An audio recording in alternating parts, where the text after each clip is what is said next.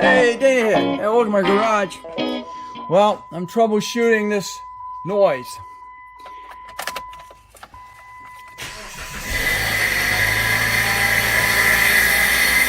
Doesn't that sound horrible? What it is the bearing on the AC compressor.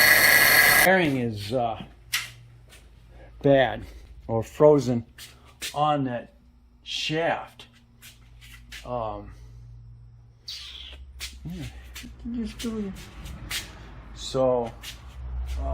with that,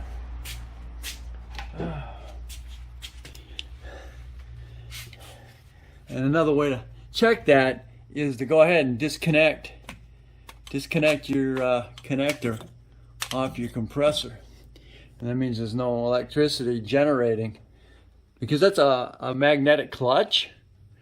So when you put defrost on or air conditioning, it automatically sends the electricity, and then it energizes the magnetic clutch on the compressor. And for some reason it is frozen up. So I can reach up here, and I can't move that. It's frozen. I should be able to I think I should be able to turn that, but it's not letting me. So, well, it's not going to technically, because this is running the pistons in there.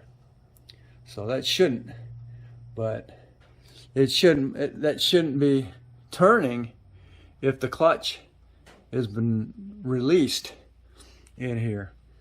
So something else I got to do now, and of course I can't drive it unless I do. I called down to Wilbert's and I can get one for $30, and actually 25 minus this one as a core. Hey, Dana, welcome to my blog. It's continuation of changing the AC compressor on this 08 Jeep Compass. Long bolts. There are 13s. Everything's 13, which is great.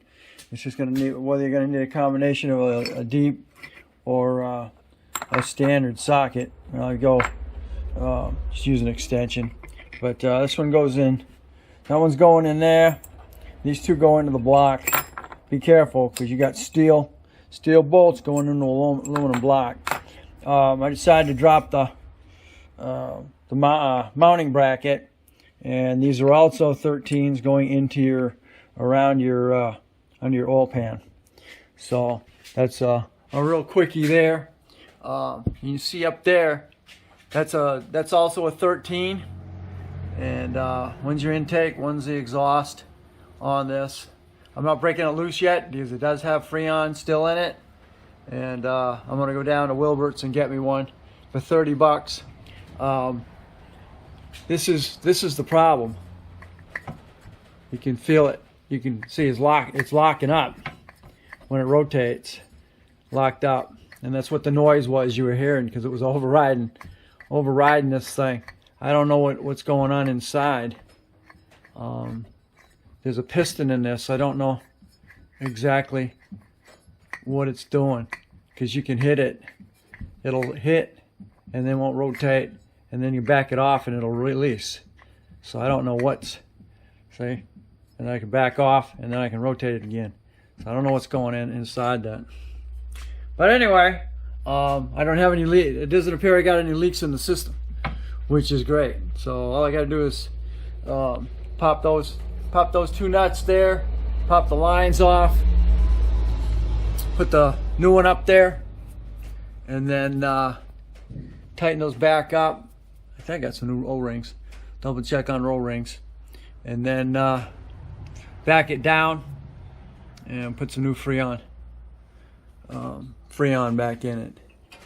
Probably some pag oil as well, because I don't know how much is actually in the left inside the compressor, but then again, that other compressor was active. It's coming off of another vehicle, so it may still have the PAG oil in it. As far as the